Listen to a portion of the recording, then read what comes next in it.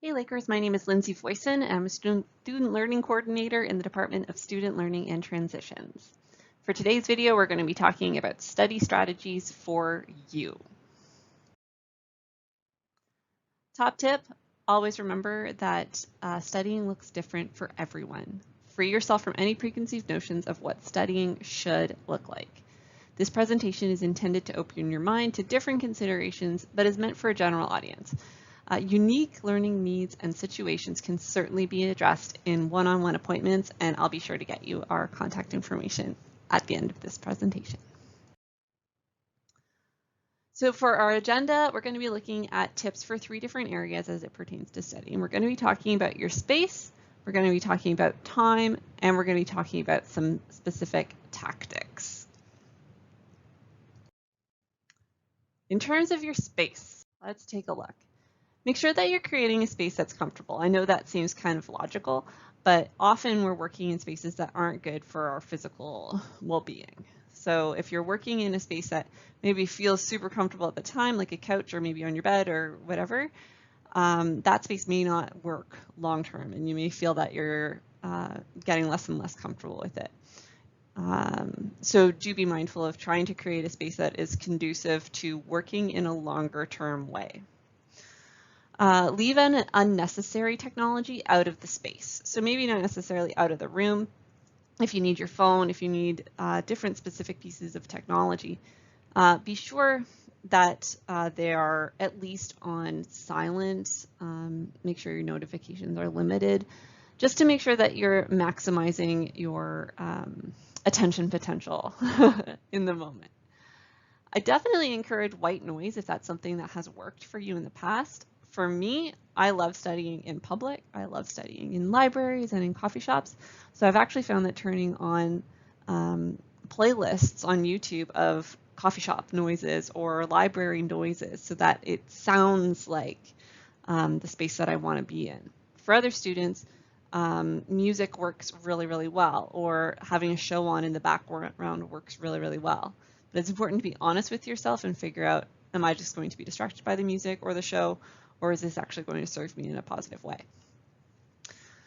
It's also a great idea to adopt multiple spaces or adapt a single space to feel different. So perhaps that's constructing a standing workstation out of Rubbermaid bins, if that's something that's appropriate for your space, so that you can go from a seated position to a standing position and feel like you've moved around. Maybe it's just turning your desk around over the course of the day in order to feel like you're getting a little bit of a change, depending on the amount of time that you feel that you need to spend in that one spot. For time, keep in mind that it's never too soon to start engaging with your material. Yes, midterms and finals may seem far away at the very beginning of the semester, but they do come. So it is never too soon to start. Take an energy audit of high, medium, and low energy times. So take a look at your day and think about, when do I have high energy? When is my energy starting to taper off? And when am I at my lower point? Low but still productive. So for me, I'm high energy around 11 o'clock in the morning. I taper off around 2 o'clock in the afternoon, and by 4 o'clock, I'm pretty low energy. I'm still able to be productive, but I would prefer lower energy tasks.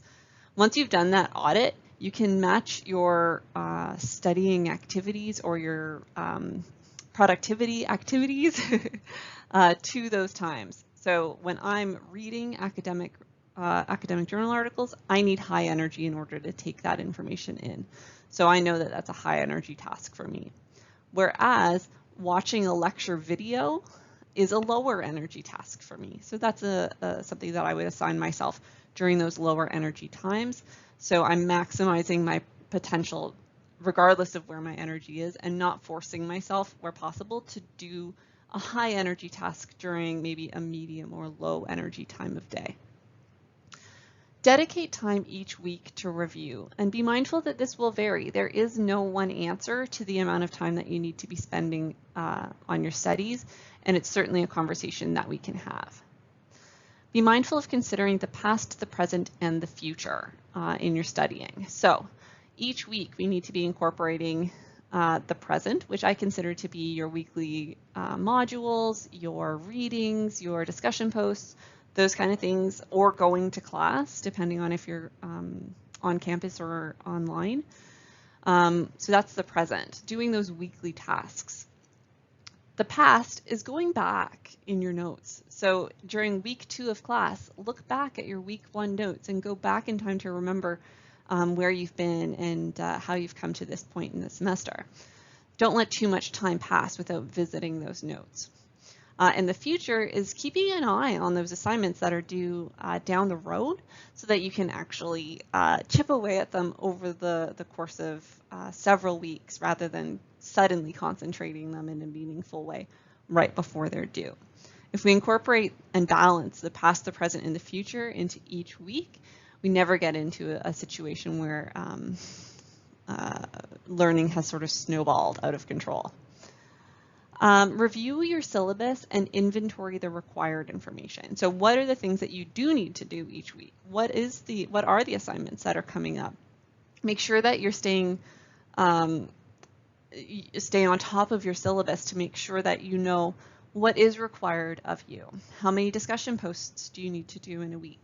What are the requirements for those discussion posts? These are important questions that your syllabus can answer. Some tips for tactics.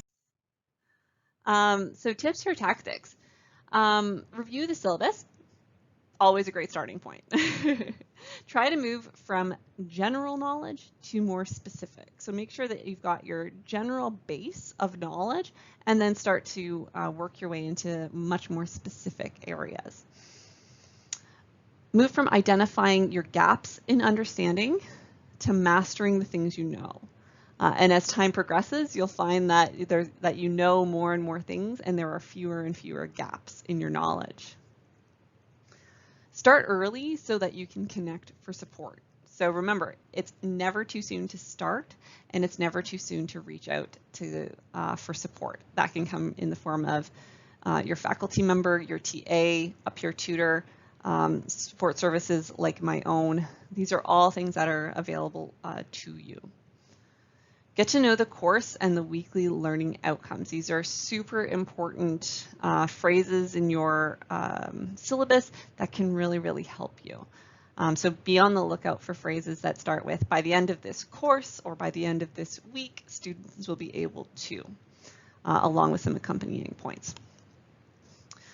Review the facilitating questions if there are no learning outcomes. So each week, if you don't see a learning outcome, take a look at the facilitating questions for your weekly discussion posts to see if you can get some clues as to what are the key takeaways. Tips for retention. How do we retain all of this great information so that we can move into exams in a meaningful way? Chunking. We hear about this a lot, but breaking your learning down into smaller components is really helpful. So break it down into some units of information or chunks of information rather than taking a look at the semester as a whole. Look for elaborative rehearsal. So this means creating meaningful connections to concepts. So that can be associating a concept with a memory that you have or a book or like something that has a meaningful connection to you. Another thing that elaborative rehearsal means is that you could be studying that specific material in a way that makes sense for that material. So in some cases, it may take the form of drawing. In other cases, it may take the form of writing a note. In other cases, it may take the form of drawing out a life-size image or working with manipulatable or cue cards. It could take the different forms, but be working with the material in a meaningful way. Another one is the generation effect. So present information in a personally relevant format. So that's where you're really maximizing and making sure that you're trying to show your learning in a way that makes sense to you. So again, do you want to draw? Do you want to write? Do you want to create? How do you want to present the information? And I think the a great way to start with that is to use your own words. So rather than rewriting phrases directly from the textbook, write them in a way that makes sense to you. Get in touch. If you have questions, if you're unsure of where to go, connect with Student Learning and Transitions for your academic skill development needs. You can reach us by our website. You can visit nipissingU.ca/SLT, or you can email slt@nipissingU.ca.